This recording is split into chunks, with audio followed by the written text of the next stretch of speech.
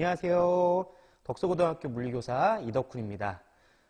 오늘은 선생님이랑 두 번째 이제 강의를 시작하게 되었는데요. 오늘도 수능특강에서 선생님께서 아주 중요한 내용을 강의를 하셨을 거예요. 그래서 오늘 여러분들이 1, 2교시에 들은 강의는 바로 포물선 운동에 대한 강의입니다. 포물선 운동은 매우 중요한데요. 아마 물리학 1과 물리학 2를 나누는 어떤 그런 기준점이 될 만한 단원 같아요. 물리학 1에서는 1차원 운동에서 일어나는 물체 운동만 다루게 되는데 물리학 2에서는 이제 2차원 운동까지 다루게 됩니다. 그래서 이 포물선 운동이 2차원에서 이루어지는 운동이기 때문에 아주 큰 의미를 갖고 있다고 생각을 해요, 선생님은. 자, 그래서 아마 수능 특강에서도 자세하게 설명을 해주셨겠지만 이 중요한 내용이니까 선생님이랑 다시 한번 이 수평 방향으로 던진 물체 운동과 비스듬히 위로 던진 물체의 어떤 포물선 운동을 다시 한번 분석해 보도록 하겠습니다. 자, 먼저 화면에 보시면 높이 h인 높이에 이제 v0라는 처음 속력 v0라는 속도로 수평 방향으로 던져진 물체의 이제 그림이 나와 있습니다. 그래서 쭉 날아가서 이제 최대 거리 S인 지점에서 바닥에 떨어지게 되는 거고요. 임의의 지점, 그러니까 T초 후에 수평 방향으로 던져진 이후 T초 후에 임의의 지점에 있을 때, 이 위치에 있을 때 X방향의 속력이 Vx, 그다음 Y방향의 속력이 Vy가 되고요. 그 다음에 출발 지점에서부터 수평으로 떨어진 거리를 X, 그리고 출발 지점으로부터 이제 수직 방향, Y 방향이 거리가 이제 Y가 되겠습니다. 그래서 이 물체의 운동, 수평 방향으로 던진 물체의 운동을 선생님과 함께 이제 분석해 보도록 하겠습니다. 자, 먼저 조금 쉽게 접근하는 방법은요. 이 수평 방향으로 던진 물체의 운동에서 여러 가지 다양한 물리량들을 정리를 한 후에 그 다음 접근하는 것이 조금 여러분들이 쉽게 이해할 수 있을 거예요. 그래서 선생님은 일단 수평 방향으로 던진 물체의 운동에서 알짜힘, 가속도, 처음 속도를 살펴본 다음에 T초일 때, T초가 지난 순간에서의 속도, 그리고 T초가 지난 순간, T초일 때의 변위에 대해서 살펴보려고 합니다. 자, 아까 선생님이 얘기를 했지만 이 포물선 운동은 2차원 운동이라고 했죠. 그래서 1차원 운동과는 다르게 2차원 운동이어서 우리가 동시에 어떤 물리량들을 계산하기는 쉽지 않고 X방향, Y방향으로 나누어서 우리가 생각을 해줘야 됩니다. 그래서 여기 나와 있는 알짜힘, 가속도, 처음 속도, T초일 때의 속도, T초일 때의 변위를 생각할 때 X방향과 Y방향으로 구분해서 조금 정리를 해볼까 해요. 먼저 X방향, 그리고 Y방향 이렇게 구분해서 한번 살펴보도록 하겠습니다. 자, 먼저 알짜힘인데요. 선생님 손에서부터 던져지는 순간 물체에 작용하는 X방향의 알짜힘은 얼마가 되냐면 0이 됩니다. 0. 아마 이 내용을 학생들이 좀 헷갈리는 경우가 있는 것 같아요. 선생님이 공을 이렇게 던지고 나서 이 날아가는 공에서는 더 이상 선생님의 손이 물체에 힘을 작용하지 않습니다. 힘이 작용되지 않습니다. 그러니까 선생님 손에 있는 동안 선생님 손에 있어서 이렇게 선생님 손이 날아가는 공을 던져지기 전까지는 선생님 손이 공에 가는 힘이 존재하지만 선생님 손에서 공이 떠나는 순간부터는 더 이상 선생님 손은 공에 힘을 미치지 못합니다. 그래서 X방향의 알짜힘은 0이 되는 거고요. 날아가는 동안 계속 작용하는 힘이 있죠. 바로 Y방향으로 작용하는 힘, 중력이 있습니다. 중력. 우리가 중력의 크기는 질량 곱하기 중력 가속도 mg이기 때문에 이만큼의 Y방향의 알짜힘이 존재하게 되겠죠. 자, 이때 주의할 점이 방향을 고려해야 됩니다. 그래서 우리가 일반적으로 오른쪽 방향을 플러스, 그다음에 위쪽 방향을 플러스 이렇게 잡기도 하지만 헷갈리는 경우가 있어요. 문제를 풀다 보면 부호 때문에. 그래서 좀 더 정확한 표현은 처음 물체가 움직이기 시작하는 방향을 플러스 방향이라고 잡으면 실수 없이 문제를 해결할 수 있습니다. 이 물체 같은 경우 수평 방향으로 날아가기 때문에 오른쪽 방향이 플러스 방향이 될 거고요. 그 다음에 날아가는 순간부터 아래 방향으로 이동할 거기 때문에 아래쪽 방향을 플러스 방향으로 잡는다면 어렵지 않게 문제를 해결할 수 있습니다. 자, 그래서 아래쪽 방향이 플러스 방향이 되고요. 우리가 운동 방정식 F는 MA죠. F는 MA. 그래서 R자임이 0이기 때문에 당연히 X방향의 가속도도 0이 되고요. Y방향의 R자임이 MG이기 때문에 F는 MA, Y방향의 가속도는 중력 가속도 G가 됩니다. 자, 처음 속도는 수평 방향으로만 V0의 속도로 던져졌기 때문에 수평 방향의 속도는 V0가 되고 수직 방향, Y방향의 속도는 이제 0이 됩니다. 자, 그럼 t초일 때 속도인데요. t초일 때 속도. 자, R자임이 0이라고 했죠? 가속도가 0. 가속도란 속도 변화량이에요. 그러니까 시간에 따른 속도 변화량인데 가속도가 0이라는 얘기는 속도 변화가 없다는 얘기입니다. 즉, 등속 운동을 한다는 얘기죠. 그래서 t초일 때 속도 역시 처음 속도와 마찬가지로 V0가 되겠고요. Y방향으로는 가속도의 크기가 G, 일정한 크기의 가속도를 갖는 등가속도 운동을 하기 때문에 등가속도 운동 방정식 대입을 해주면 t초일 때 속도 VY는 GT가 되겠고요. 자, t초일 때 변이 등속 운동이니까 V0 곱하기 T, 속도 곱하기 시간, Y방향은 등가속도 운동을 하기 때문에 V0T 플러스 2분의 1 AT 제곱, V0T 플러스 2분의 1 AT 제곱인데요. 이때 처음 속도가 0이니까 없어지고 그다음에 가속도 A, Y 대신에 중력 가속도 G를 대입하면 이러한 관계식이 성립하는 걸 우리가 확인할 수 있습니다. 자, 이렇게 X방향과 Y방향에 따라 R자임, 가속도, 처음 속도, t초일 때의 속도, t초일 때의 변이를 정리를 해두면 우리가 이 수평 방향으로 던진 물체의 운동에서 두 가지를 살펴보려고 해요. 하나는 바닥에 도달할 때까지 걸린 시간, 지면 도달 시간. 자, 두 번째는 수평 도달 거리, 최대의 도달 거리가 되겠죠, S. 이런 생각하면 안 되지만 선생님도 여러분이 이제 1학년 때 1학년 1반, 2반, 3반 이제 복도에서 두산 아파트 쪽을 바라보게 되면 이제 하교할 때 내가 정문까지 운동장을 지나서 정문을 통해서 간 다음에 두산 아파트 쪽으로 쭉 걸어서 집에 가면 너무 멀지 않을까. 그래서 빨리 집에 가고 싶어서 내가 복도에서 이제 창문 쪽을 내다보면 이제 왠지 뛰어넘을 것 같은 그런 이제 생각을 갖게 됩니다. 선생님도 이제 1, 2, 3반, 1학년 1, 2, 3반 수업을 다닐 때 가끔 이렇게 지나다니다 보면 내가 저기를 뛰어넘을 수 있을까? 뛰어내릴 수 있을까? 이런 생각을 하게 되는데요. 그때 이제 최대 도달 거리가 되겠죠, S. 우리가 이제 포물선 운동을 배우면 그게 가능할지 아니면은 가능하지 못할지 확인할 수 있을 겁니다. 자, 그래서 먼저 지면 도달 시간을 살펴보도록 하겠습니다. 지면 도달 시간. 시간 t랑 좀 구분해주기 위해서 높이 h에서 바닥에 도달할 때까지 걸린 시간이기 때문에 th라고 기호를 좀 표시를 해줄 거고요. h가 좀 이상하게 적혔지만 h입니다. 소문자가 아니에요. 대문자 h. 그래서 h는 2분의 1 gt h의 제곱 이렇게 되는데, 자, 이러한 식이 어떻게 나왔냐면 바로 요 y-방향의 t초일 때 변이, t초일 때 변이를 이용해서 우리가 계산을 하게 되면 되겠죠. 왜냐하면 t초일 때 변이 이 y 대신에 h를 대입을 해주면 됩니다. 그래서 바닥에 도달할 때까지 총 h만큼 이동했기 때문에 자, h는 2분의 1 gt 제곱. 그래서 지면 도달 시간이 이렇게 되고요.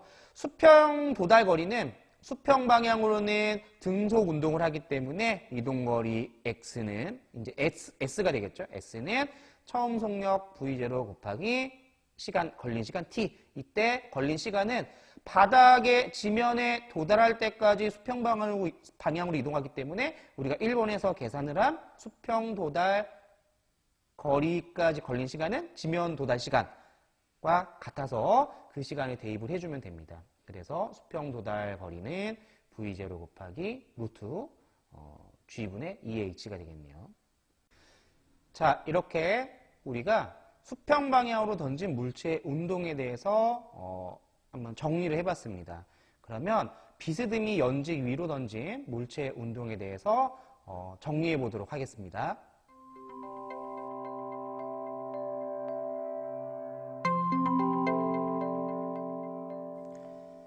네, 이번에는 비스듬히 위로 던진 물체의 운동을 한번 분석해 보도록 하겠습니다.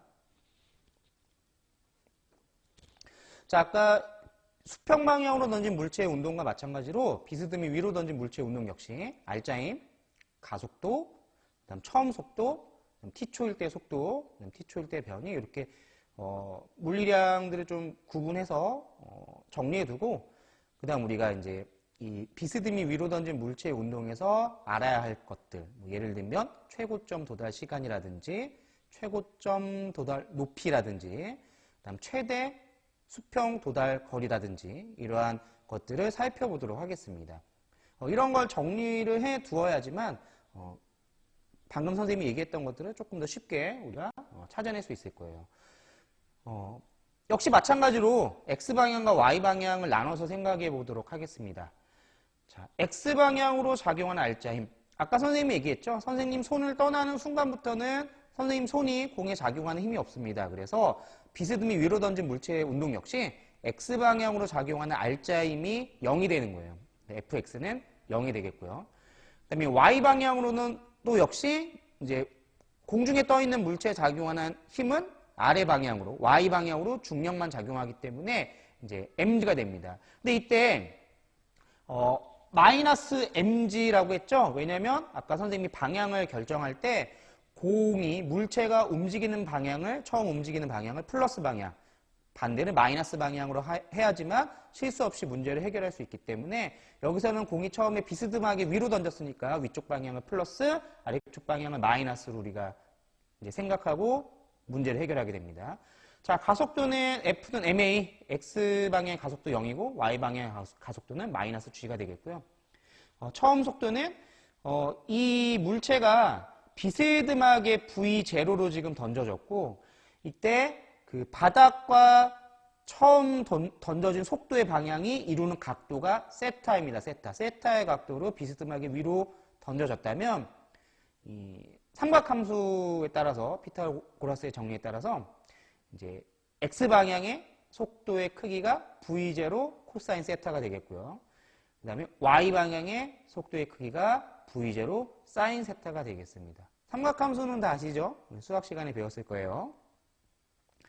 자, t초일 때 속도, X방향으로는 등속도 운동이기 때문에 처음 속도와 같겠죠? 그 다음 Y방향은 등가속도, 가속도가 마이너스 g, 그리고 처음 속도가 V0 사인 세타인 등가속도 운동을 하기 때문에 이러한 관계가 성립을 하게 됩니다.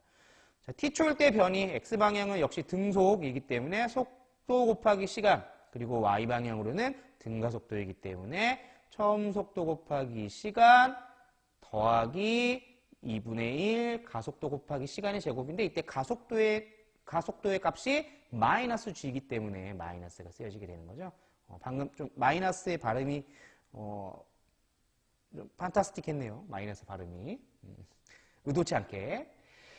자, 여기서 이제 선생님과 함께 살펴볼 것들이 세 가지를 살펴볼 겁니다. 최고점 도달 시간, 그 다음 최고점 높이, 그 다음 수평 도달 거리, 이렇게 세 가지를 살펴보려고 해요. 먼저 최고점 도달 시간입니다.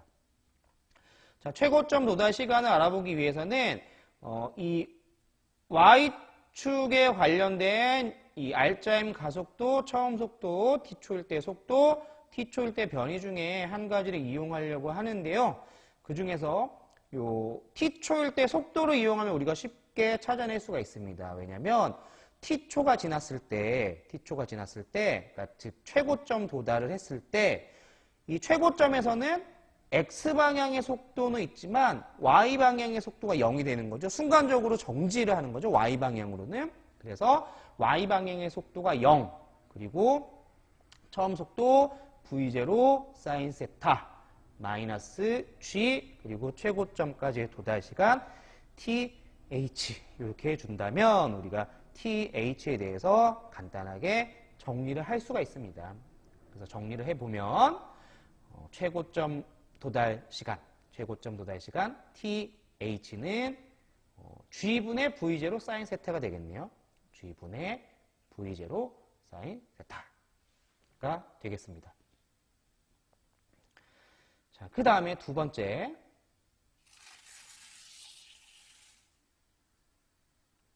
자, 두 번째입니다. 두 번째, 최고점 높이. 최고점 높이는 이제 H까지 올라갔기 때문에 최고점 높이를 H라고 할게요. 자, 이 H를 구하는 방법은 여러 가지가 있습니다. 그럼 가장 기본적인 방법은 실질적으로 T초일 때 변위를 구하는 걸 우리가 알고 있기 때문에 여기다가 그대로 대입을 해주면 되겠죠.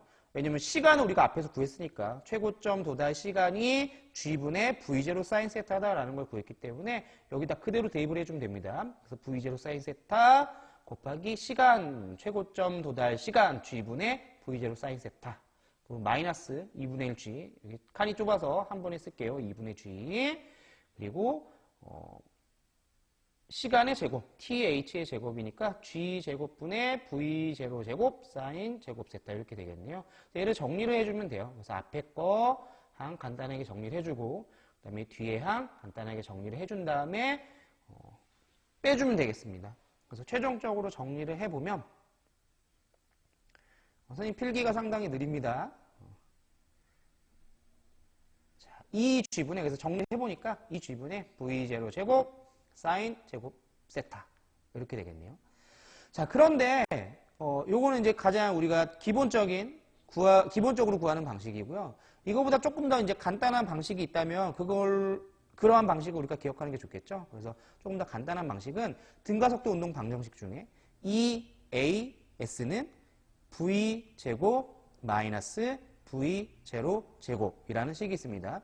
그럼 여기서 우리가 최고점 높이 여기는 S가 되겠죠, S. H만 구하면 되는데, 가속도 A 알고 있고, 처음 속도 알고 있고, 낮은 속도 알고 있기 때문에, 우리가 등가속도 운동 방정식 세 번째, EAS는 V제곱 마이너스 V0 제곱이라는 식을 이용해서 구할 수 있어요. 그래서 A 대신에, 가속도 A 대신에 마이너스 G, 그 다음에 높이, 최고점 높이 S, H, 처음 속도 0, 나중 속도 0, 그 다음에 처음 속도 V0 사인 세타의 제곱, 전체 제곱이 되겠죠. 그래서 이렇게 정리해주면 위에서 구했던 식보다는 조금 더 쉽게 우리가 최고점 높이 H를 계산을 할 수가 있습니다.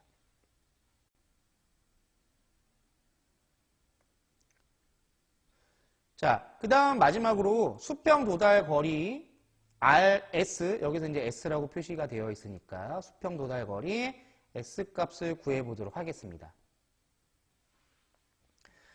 수평 도달 거리는 수평으로는 등속 운동을 하기 때문에 우리가 간단하게 구할 수 있을 거예요. 왜냐하면 등속 직선 운동에서 이동거리 S는 속도 곱하기 시간이기 때문에 그렇습니다. 여기는 S라고 표시를 했는데 선생님이 이제 필기를 하면서 여기는 R로 했네요. 여기는 이제 R로 합시다, 우리가. R.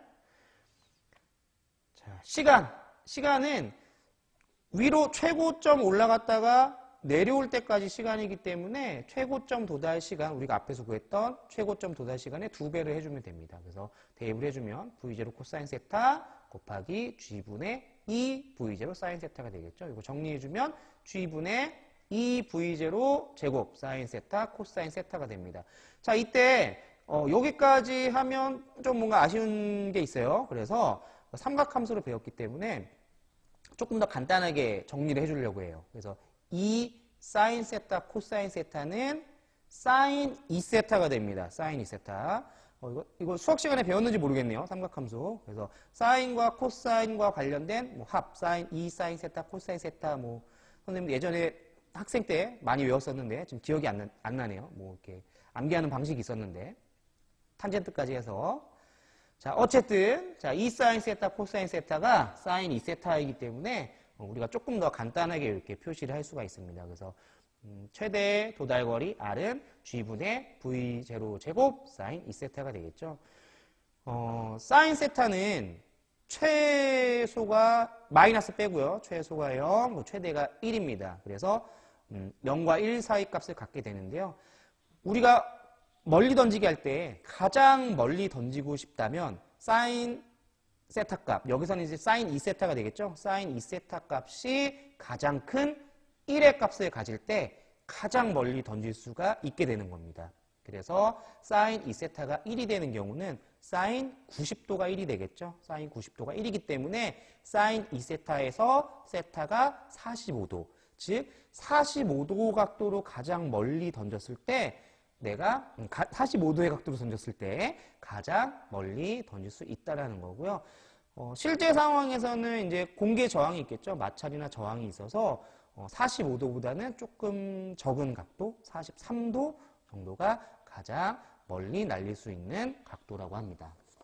자, 이렇게 선생님과 포물선 운동, 수평 방향으로 던진 물체의 운동과 비스듬히 위로 던진 물체의 운동을 정리를 해봤어요. 앞에서도 설명했지만 매우 중요한 내용이기 때문에 조금 지루할 수는 있어요. 수능 특강에서도 설명했는데 이걸 또 들어야 하나? 근데 계속 들을수록 좋은 겁니다. 그래서 반복적으로 들어서 이해를 할 수 있도록 하고요.